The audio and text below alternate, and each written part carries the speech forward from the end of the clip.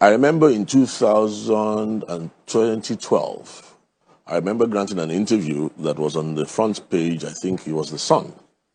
I remember it was, I think, a Iboka. And I then said that President Jonathan is a wartime president. And that the only reason they have not declared war is because it's a new war form. Now, we're under the dispensation of President Muhammad Buhari, who is a military general.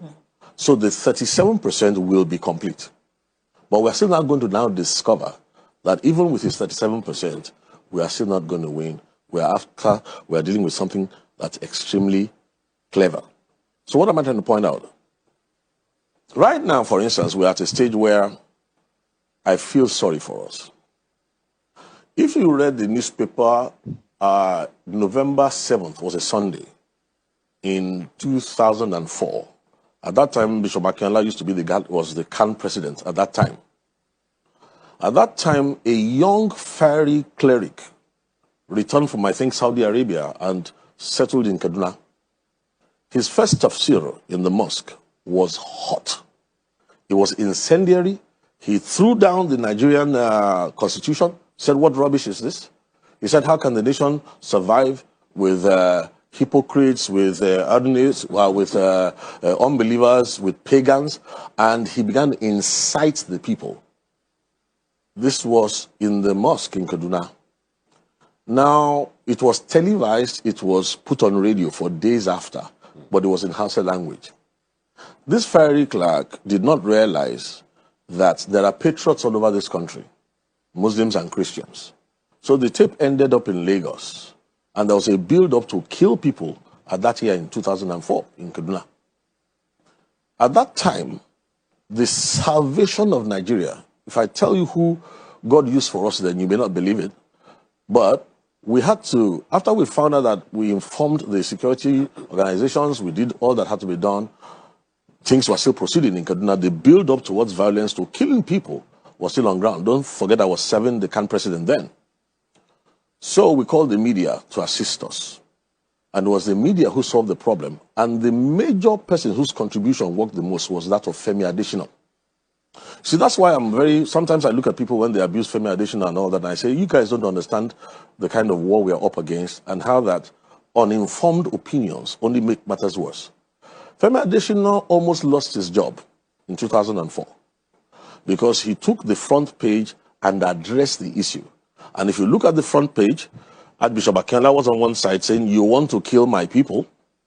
On the other side, there was this fiery cleric who said, I only hate those who drink beer. When that publication went viral, it became a global issue, which is still going to become again. That young sheikh ran out of Nigeria. Adesina almost lost his job, but his superiors then, his senior then, because he stuck out his neck to say, look, you can't kill people under our watch. The correspondent in Kaduna, I think, was sacked instantly before they found out that the story did not break from Kaduna. Now, Adesina is in the presidency, but I know he hasn't changed. It's just that he's a wise person who knows that influence has to be used properly. That same sheikh today is becoming the hope of Nigeria. Is that sheikh today who walks into the Sambisa forest and negotiates, says he wants to negotiate on Nigeria's behalf? Is that same sheikh who has been able to get in contact with the people who kidnapped students in Niger State? Now, if that sheikh becomes the go-between between all of us, look, I trust the government. I trust our military. I trust our people. But that sheikh, if Nigeria makes the mistake of making him the go-between to negotiate the so-called release, let Nigeria go back in 2014 and see what that sheikh said. Let Nigeria go back in 2012 and see his comments. His comments then was that, why should you kill Boko Haram? They are actually our brothers. They are Muslims. Just get your soldiers out of the way. Get your police out of the way. It's an internal affair. It doesn't concern you. Those were his comments. One later comment then was that they should kill the serving president. They should kill the chief of staff. They should kill so very incendiary talk there. Okay. And that Nigeria would know peace. Now, that is now the hope of Nigeria. And I'm telling you something, if we make the mistake of playing into their hands, because you are dealing with global intelligence, don't think he has come up by himself. He's come up with a global lobby with all sorts of things behind him. Okay. We need to take a break now. Let's talk about popular Islamic cleric Sheikh Gumi. Given the rate of insecurity going on in Nigeria, he began making the news when he started campaigning or canvassing for amnesty, blanket amnesty for bandits, as a price we have to pay for peace, if I may put it that way. He's doing what he's doing, or what he thinks to be the best way to go about it, to ensure that there is peace and stability in the country. What are your thoughts about his approach in handling the security situation in the country? Well, I issued a statement the other day about Sheikh Ahmad Gumi, and I would not be amiss by telling you that I completely disagree with his approach. I suspect his motives. I do not trust him. I do not believe he can achieve anything what he's doing. I believe that he's secretly and covertly empowering the terrorists. I believe that he's working with them. I believe that he's close to them. And I believe that he is probably the greatest threat to Nigerian unity and the peace of our country, even a greater one than Boko Haram and a greater one than the Fulani herdsmen. And I'll tell you why. You see, he comes with the face of what I call stealth jihad. Very, very smart, very clever. Comes in like a snake, pretending to be a good man, and saying that, listen, the killers, the terrorists have a point. You know, they have a point. They've been deprived, they've been denied, and now they're taking up arms. As if to say that the only people in this country that have been denied. They're taking up arms. And you know what? If you don't want them to kill you, or take your children, or take your people, or rape your wife, or take your land, then you pay them money. And now, what Gumi fails to appreciate is that we're not all stupid. Many people may be stupid in this country, but not all of us.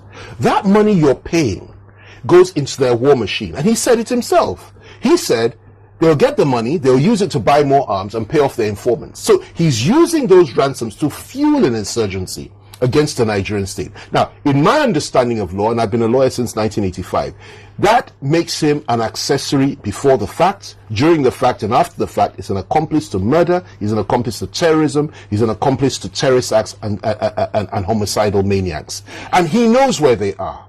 He sits with them. He takes videos with them. He meets with them. He talks to them. He builds bridges between them and the poor victims who have nowhere else to go but him, because they know that he knows them. And yet nobody has asked him questions. And I think that we need to understand the implications of what this man is doing. I, for one, do not believe that terrorists should be given any money at all. The minute you begin to kill, you need to be crushed, you need to be killed, and people need to go in there, and the government has to do this. And if the government doesn't do it, or refuses to do it, or cannot do it, that leaves them open to a charge of collusion themselves. But you, as a president, as a government, have to send in the armed forces to kill those that kill our people, including women and children, take our land, destroy our property, steal us and steal from us, and terrorize us. That's the primary job of a government. But here you have a non-state actor negotiating with terrorists, legitimizing their position, telling the government that they must go to the Central Bank of Nigeria and withdraw 100 million naira to pay for just those children. When I say just those children, I'm saying isolated case, because he's asked for similar amounts for all the other children as well. And telling us that, oh, well, they've dropped their threat, they're going to be nice today, and by the way, I can help, because I can get some released at any time that I like. And of course he does that, waves his magic wand. When he's under pressure and people call for his arrest, all of a sudden some are now released. You know what's going on here. And I'm not fooled. Now, we can pretend, we can accept it as a people and say, well, oh, he's a good man, he's just trying to help. You do that if you like. But the consequences, are very far-reaching and are glaring us in the face. What's going to happen, as long as this goes on, as long as monies are paid to these people, as long as they're pampered and tolerated, as long as they're accepted, as long as they're encouraged by people like Gumi, what's going to happen is that they'll get stronger and stronger and stronger, bigger and bigger and bigger, so it gets to a point that they will not only come in and take Aso Rock, they may even meet Boko Haram there and have a big dinner party together, and then they'll now move down to the south where all our beautiful, wonderful elites, and Owambe parties who think that they are totally isolated from this. They get all the way down to Lagos, and then what are you going to do? Wait for the American Marines? They're not coming anywhere. Nobody's coming to save us. We can only save ourselves. And if we want to save ourselves, we must create the awareness of the dangers that exist today. We must encourage our government to do the right thing.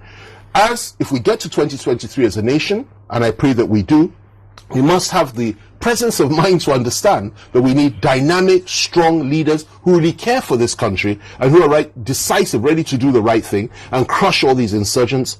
And we must pull ourselves back from the brink, and we must negotiate and discuss with those that feel so aggrieved that they say they want to leave Nigeria forever. We can sit and talk to them because they've not involved themselves in violence. But it's very important. The first issue we need to deal with are people like Gumi and so on and so forth. Now, there's also another dimension to this. I saw a video of him in which he said he was speaking to the